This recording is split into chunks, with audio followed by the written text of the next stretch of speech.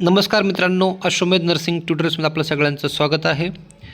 मित्रांनो, नुकताच 30 जून 2026 रोजी सार्वजनिक आरोग्य विभाग महाराष्ट्र शासन यांनी NHM कर्मचाऱ्यांना परमनंट करण्याचा एक GR काढलेला आहे. या GRमध्ये बऱ्याच गोष्टी आहेत ज्या आपल्याला बारकाईनं समजून घेणं गरजेचं आहे. तर याच्याबद्दल आपण सविस्तररित्या एकदम बारकाईने याच्यामध्ये आपण डिस्कशन आज करणार आहोत, बघणार आहोत. चला तर मग, राष्ट्रीय आरोग्य अभियानाअंतर्गत राज्यातील कार्यरत कंत्राटी कर्मचाऱ्यांपैकी 10 वर्ष व त्यापेक्षा जास्त सेवा झालेल्या कंत्राटी कर्मचाऱ्यांकरिता अधिसंख्य पदे निर्माण करून आवश्यक खर्चास मान्यता देणे, अशा प्रकारचे हे विषय आहे, लेटर आहे, GR आहे. महाराष्ट्र शासन सार्वजनिक आरोग्य विभाग शासन निर्णय क्रमांक NHM 1125 ठीक आहे यांनी दिलेला आहे. महाराष्ट्र शासनानं आरोग्य विभागानं ह्याच्यामध्ये वेळोवेळी पत्रव्यवहार झालेला आहे. त्याचे GR अलग अलग बैठकीचे GR आहेत, त्याचे शासन निर्णय त्या ठिकाणी दिलेले आहेत. तर बघूयात थोडंसं डिटेल्समध्ये. राष्ट्रीय आरोग्य अभियानांतर्गत कार्यरत कंत्राटी कर्मचाऱ्यांपैकी 10 वर्ष व त्यापेक्षा जास्त सेवा झालेल्या कर्मचाऱ्यांच्या सेवा समायोजनासाठी दिनांक 13/3/2024 रोजीच्या मंत्रिमंडळ बैठकीतील निर्णयानुसार शासन निर्णय 14/3/2024 निर्गमित करण्यात आला होता. या संदर्भात दिनांक 4/11/2025 रोजीच्या माननीय मंत्रिमंडळाच्या मान्यतेने दिनांक 14/3/2024 रोजीच्या शासन निर्णयाच्या दिनांकापर्यंत सलग 10 वर्ष सेवा पूर्ण झाली आहे अशा कर्मचाऱ्यांना एक वेळची विशेष बाब म्हणून सार्वजनिक आरोग्य विभाग व ग्राम विकास विभागातील आरोग्य सेवेतील समकक्ष नियमित पदांवर सेवा समायोजन करण्याबाबत क्रमांक 2 अन्वये शासन निर्णय निर्गमित करण्यात आला आहे. तसेच माननीय मंत्रिमंडळाने घेतलेल्या निर्णयानुसार राष्ट्रीय आरोग्य अभियानांतर्गत कार्यरत कंत्राटी कर्मचाऱ्यांचे नियमित पदांवरील समायोजनाकरिता निकष ठरवण्यासाठी एक मीटिंग वगैरे झाली. त्या मीटिंगमध्ये काही निकष ठरवले गेले. तर आपण बघूया त्याच्यामध्ये सगळ्यात पहिल्यांदा की परमनंट कोण कोण होणार आहेत. ज्यांची सेवा ही 14/3/2024 पर्यंत 10 वर्ष किंवा त्यापेक्षा जास्त झाली आहे, असेच लोक या ठिकाणी परमनंट करणार आहेत. म्हणजे तुम्ही म्हणाल की माझं 2025ला होतं आहे 10 वर्ष, मी 2026ला माझं 10 वर्ष झाले, तर अशा व्यक्तींना ते घेणार नाहीत. ज्यांची सेवा 2024 पर्यंत म्हणजे 14 मार्च 2024 पर्यंत 10 वर्ष कंप्लीट झाली, पूर्ण झाली, अशांनाच ते परमनंट करणार आहेत. त्याच्यामध्ये वेळोवेळी या ठिकाणी गव्हर्नमेंटची मीटिंग झाल्या, बैठका झाल्या आणि त्याच्यामध्ये त्यांनी ते डिसिजन दिलेले आहेत. ठीक आहे. तर शासनानं आज जी काही हा जो GR आहे याच्यामध्ये काय डिसिजन घेतला, 30/6/2026ला कोणता निर्णय घेतलेला आहे तो बघूयात. राष्ट्रीय आरोग्य अभियानांतर्गत राज्यातील कंत्राटी कर्मचाऱ्यांपैकी 10 वर्ष त्यापेक्षा जास्त सेवा झालेल्या कर्मचाऱ्यांकरिता अधिसंख्य पदे निर्माण करून आवश्यक खर्चास मान्यता देणे. आता अधिसंख्य पदे म्हणजे काय हे आपल्याला बघणं गरजेचं आहे. अधिसंख्य पदे म्हणजे जे आपले रेग्युलर पोस्ट असतात, जे काही परमिटेड असतात, त्याच्यापेक्षा ह्या एक्स्ट्रा पोस्ट त्या ठिकाणी तयार करण्यास सांगितलेले असतात. म्हणजे समजा तुम्ही एखादं उपजिल्हा रुग्णालय आहे, त्या ठिकाणी समजा 12 पोस्ट आहेत स्टाफ नर्सच्या किंवा नर्सिंग ऑफिसरच्या, ठीक आहे. त्याच्या 12 पोस्टपैकी त्या ठिकाणी त्या पोस्ट सोडून दुसऱ्या अतिरिक्त त्या ठिकाणी ज्या काही पोस्ट असतात, ज्या ठिकाणी जागा भरणार त्या अधिसंख्य पदे झाली किंवा एक वेळची स्पेशल बाब म्हणून त्या ठिकाणी काय केलं जातं, अशी पदे भरली जातात.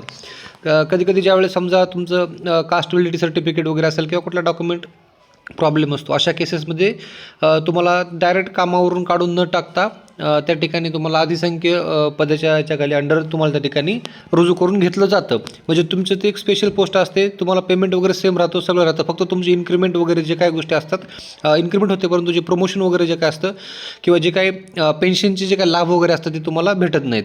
तुम्ही फक्त त्या पोस्टवरती एक बेसिक म्हणून त्या ठिकाणी जॉब करता. ठीक आहे. तर माननीय मंत्रिमंडळ बैठकीत दिनांक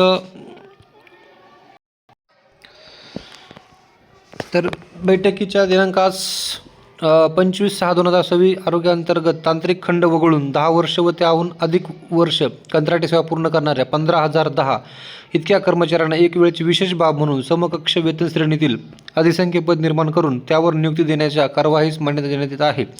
आता हे बघूयात आपण यांचं काय म्हणणं आहे की जे 10 वर्ष किंवा त्यापेक्षा जास्त काम केलेले आहेत, तांत्रिक खंड वगळून. तांत्रिक खंड म्हणजे काय की काही टेक्निकल गोष्टी झाल्या असतील किंवा गव्हर्नमेंट समजा कॉन्ट्रॅक्ट बंद झालं आहे किंवा गव्हर्नमेंटकडून काही दिवसासाठी त्यांना 1 महिन्यासाठी 2 महिन्यासाठी काढून टाकलं आहे किंवा काय कोविडच्या काळामध्ये काही गोष्टी खालीवर झाल्या, ठीक आहे, त्या गोष्टी वगळून 10 वर्ष ज्यांची झाली असे एक विशेष बाब म्हणून. आता टोटल किती पदं आहेत, हे जवळपास 15,010 एवढी पदं आहेत. एवढी त्या ठिकाणी कंत्राटी कर्मचारी आहेत. एवढ्या कर्मचाऱ्यांना ते काय करणार आहेत, परमनंट करणार आहेत. आता समकक्ष वेतन श्रेणीतील अधिसंख्य पदे. समकक्ष वेतन श्रेणी म्हणजे काय, समजा तुम्ही क्लास डी आहे, ठीक आहे, क्लास डी आहे किंवा तुमचा क्लास वर्ग 3 कर्मचारी असतील किंवा क्लास 2 असतील, तर तुम्ही क्लास 2 म्हणून जर त्या ठिकाणी कॉन्ट्रॅक्ट बेसवरती काम करत असाल क्लास 2 म्हणून, तर तुम्हाला तुमच्या सेम पोस्टला गव्हर्नमेंटला जे परमनंट माणूस आहे त्याला समजा किती पेमेंट आहे ती बघून तुम्हाला पण तिथं भेटणार. जसं की समजा एक्झाम्पल झालं सांगायचं, जर आपण नर्सिंगबद्दल थोडं बघूयात, की समजा स्टाफ नर्स, तुम्ही कंत्राटीमध्ये स्टाफ नर्स म्हणून काम करता, NHMमध्ये स्टाफ नर्स म्हणून काम करता, तुम्हाला 20,000 सॅलरी आहे. आणि परमनंट जो माणूस आहे त्याला तो पण स्टाफ नर्स म्हणून काम करतो, त्याला 35,400 समजा बेसिक सॅलरी आहे. तर तुम्हाला पण त्या ठिकाणी 35,400 बेसिक सॅलरी सुरू होणार. म्हणजे तुमच्या लेवलचे, ते पण ग्रुप डीमध्ये आहे, ग्रुप सीमध्ये आहे, तुम्ही पण ग्रुप सीमध्ये असता, ठीक आहे, समकक्ष वेतन श्रेणीमध्ये. असे अधिसंख्य पद निर्माण करून त्यावर नियुक्ती देण्याच्या कारवाईस मान्यता देण्यात येत आहे. त्यानंतर दुसरं बघूयात, राष्ट्रीय आरोग्य अभियानांतर्गत कार्यरत असलेल्या कंत्राटी कर्मचाऱ्यांकरिता ते सध्या कार्यरत असलेल्या कंत्राटी पदाची सद्यस्थितीत सार्वजनिक आरोग्य व ग्रामविकास विभागातील उपलब्ध नियमित मंजूर पदांशी समकक्षता निश्चित करून संबंधित श्रेणी निश्चित करण्याबाबत सार्वजनिक आरोग्य विभागाने वित्त विभागास प्रस्ताव सादर करून आवश्यक मान्यता घेण्यास मान्यता देण्यात येत आहे. म्हणजे जे कर्मचारी त्या ठिकाणी परमनंट करायचे आहेत, त्यांनी त्यांच्या समकक्ष जे काही त्यांच्या सोबत परमनंटवाले लोक काम करत आहेत त्यांच्या लेवलचा पे स्केल ॲडजस्ट करून त्या ठिकाणी मीटिंग होऊन बाकी जे काही मान्यता देण्याचे त्यांनी ठरवलेलं आहे. जर कार्यरत कंत्राटी कर्मचारी किंवा जर कार्यरत कंत्राटी पदांसाठी समकक्षेनुसार वेतन श्रेणी ठरविण्यास या विभागात नियमित मंजूर पद उपलब्ध नसेल, तर इतर विभागांमधील तुलनात्मक समकक्ष पदांची तपासणी करावी आणि या पदांसाठी समकक्ष वेतन श्रेणी निश्चित करण्यास मान्यता देण्यात येत आहे.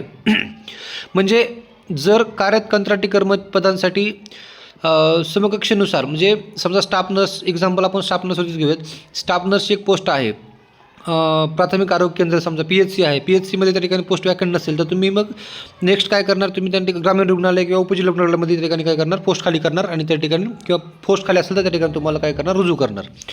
तर ठीक आहे, अशा प्रकारे करण्यात येत आहे. त्यानंतर सदर कारवाई करताना सदर कंत्राटी पदाच्या कामाचे स्वरूप, कर्तव्य व जबाबदाऱ्या, मानधनाची रक्कम व शासनातील समकक्ष नियमित पदाचे सेवाप्रवेश नियम, शैक्षणिक व इतर अर्हता, कर्तव्य जबाबदाऱ्या या बाब लक्षात घेऊन कंत्राटी पदाची समकक्ष वेतन श्रेणी निश्चित करण्याबाबत सार्वजनिक आरोग्य विभागाने वित्त विभागास प्रस्ताव सादर करून आवश्यक मान्यता घेणे.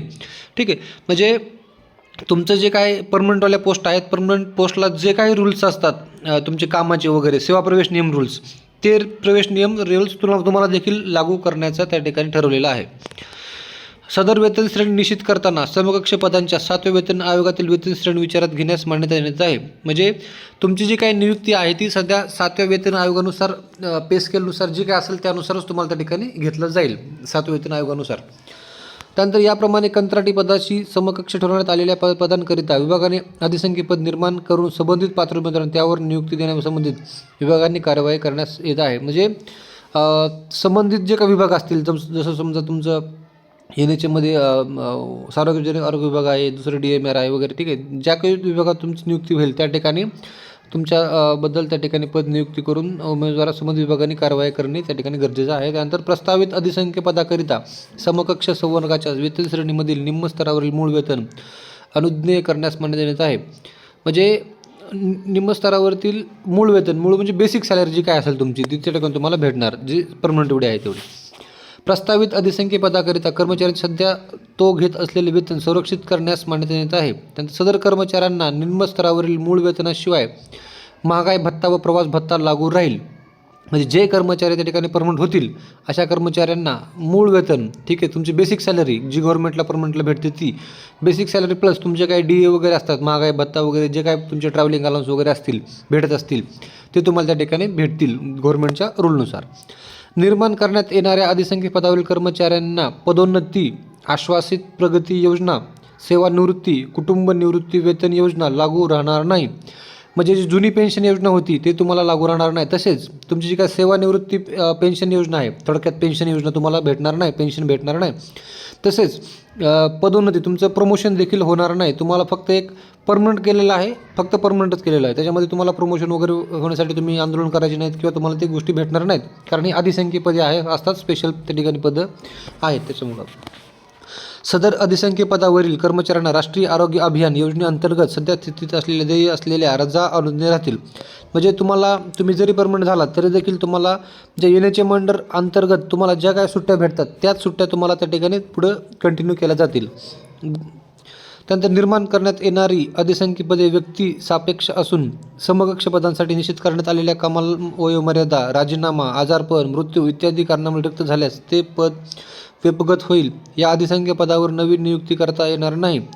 या कर्मचाऱ्यांना पूर्वी केलेल्या कंत्राटी सेवेसंदर्भात कोणतेही लाभ अनुज्ञेय राहणार नाहीत. म्हणजे जर समजा जे लोक अधिसंख्य आता प्रमोशन झालेलं आहे अशा लोकांपैकी जर समजा काही कारणास्तव तुमचं वय संपलं किंवा तुम्ही राजीनामा दिला किंवा तुम्ही आजारपणामुळं तुम्ही त्या ठिकाणी जॉब जॉईन नाही केला किंवा जे काय इन केस समजा डेथ वगैरे झाली तर अशा केसेसमध्ये तुमचं जी काय पोस्ट वॅकंट होणार आहे त्या पोस्टवरती दुसरा माणूस त्या ठिकाणी भरला जाणार नाही. ते पद त्याच ठिकाणी निष्क्रिय केलं जाईल किंवा ते संपुष्टात आणलं जाईल असं त्या ठिकाणी सांगतायत.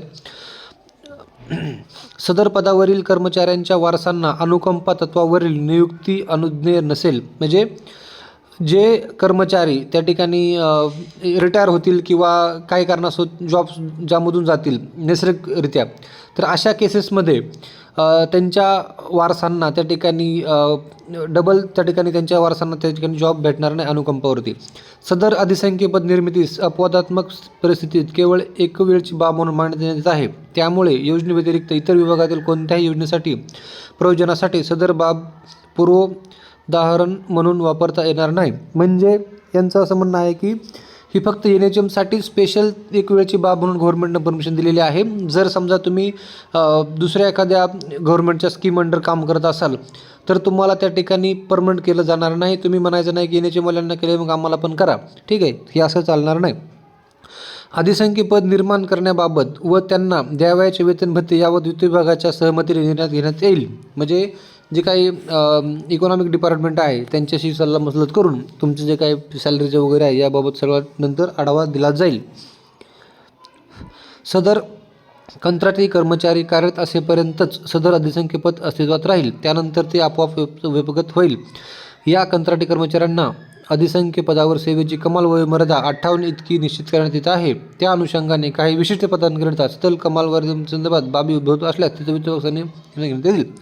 म्हणजे जे कर्मचारी सध्या पदावरती कार्यरत आहेत आणि त्यानंतर पोस्ट जर खाली झाली तर त्या ठिकाणी दुसरा माणूस भरला जाणार नाही. तसेच जे कंत्राटी कर्मचारी आहेत जे आता परमनंट केलेत अशा कर्मचाऱ्यांना 58 वर्षापर्यंत त्या ठिकाणी काय केलेलं आहे तुमचं रिटायरमेंटचं वय ठेवलेलं आहे. 58च्या पुढे वय गेलं तर तुम्हाला त्या ठिकाणी अगोदरच त्या ठिकाणी रिटायर केलं जाईल. म्हणजे जर समजा तुमचं सध्या परमनंट करताना वय 55 वर्ष आहे आणि तुम्हाला आणखी 3 वर्ष सर्व्हिस तुम्ही दिलेली आहे तर 3 वर्ष तुम्ही काय होणार रिटायर होणार. त्यानंतर तुम्हाला पेन्शन वगैरे गोष्टी भेटणार नाहीत. सदर प्रकरणी निर्माण करण्यात आलेले अधिसंख्य पद माननीय मंत्रिमंडळाच्या बैठकीच्या दिनांकापासून अस्तित्वात येईल. पूर्वलक्ष्मी प्रभावाने अधिसंख्य पद निर्मिती करता येणार नाही. पूर्वलक्षी म्हणजे सदर जे काही पोस्ट आहे ते ज्या दिवशी GR काढला म्हणजे 30/6/2026ला GR काढला तर तिथून त्या दिवसाच्या पुढच्या दिवसापासून काय होणार तुमचं ते काउंट होणार. अशा प्रकारे कंत्राटी नियुक्ती नियमितीकरणाची प्रकरणे उद्भवू नये म्हणून यापुढे राष्ट्रीय आरोग्य अभियानातील मनुष्यबळाच्या सेवा या केवळ बाह्य स्रोताद्वारे सेवा कराराने घेण्यात याव्यात. योजनेच्या अनुषंगाने बाह्य स्रोताद्वारे या सेवा उपलब्ध करून घेण्याबाबत काही अडचणी उद्भवत असल्यास वित्त विभागाच्या मंजुरीबाबत कारवाई करावी. म्हणजे इथून पुढे आता NHMचा विषय थोडासा खोल होता, ठीक आहे, त्यामुळं बरेच प्रॉब्लेम झाले, आंदोलन करावं लागले, काय गोष्टी करून गव्हर्नमेंटला शेवटी मान्य करून त्यांना सेवेत करून घ्यावंच लागलं. परंतु इथून पुढे आता जर काही असं गव्हर्नमेंटला काही नवीन एखादी स्कीम आणायची असेल तर इथून पुढच्या ज्या काय भरती होणार त्या डायरेक्ट कॉन्ट्रॅक्ट देऊनच भरती होणार. जसं की DMचं कॉन्ट्रॅक्ट सध्या याच्यामध्ये DHSमध्ये आहे. DMचं कॉन्ट्रॅक्ट म्हणजे बऱ्याच ठिकाणी ग्रामीण रुग्णालय उपजिल्हा रुग्णालयामध्ये हे कॉन्ट्रॅक्ट कोविड काळापासून काम करत होतं स्पेशल. तर तेच कॉन्ट्रॅक्ट 5-6 वर्षापासून होतं. ते आता ते कॉन्ट्रॅक्ट बंद केलेलं आहे. 3 महिने झाले त्या ठिकाणी अर्ध्या स्टाफवरती हॉस्पिटल चालू आहेत बरेच ग्रामीण रुग्णालय आणि जिल्हा रुग्णालय वगैरे उपजिल्हा रुग्णालय वगैरे, ठीक आहे. तर असं एखाद्या दुसऱ्या बाहेरच्या कंपनीला 6-6 महिन्याचा कॉन्ट्रॅक्ट देऊन किंवा 1-1 वर्षाचा 11-11 महिन्याचा कॉन्ट्रॅक्ट देऊन त्या ठिकाणी नवीन भरती केली जाईल असं सांगितलेलं आहे. यापुढे या योजनेतील योजनेतील बदल निर्मितीबाबत निर्णय वित्त विभागाच्या उच्चस्तरीय सचिव समितीच्या मान्यतेने घेण्यात यावा. इथून पुढचे काय जे पदनिर्मिती होतील त्याचे निर्णय सगळे हे वित्त विभागात त्या ठिकाणी मान्यता घेईल. सदर अधिसंख्य पदाच्या वेतनकरिता येणाऱ्या अंदाजित रक्कम रुपये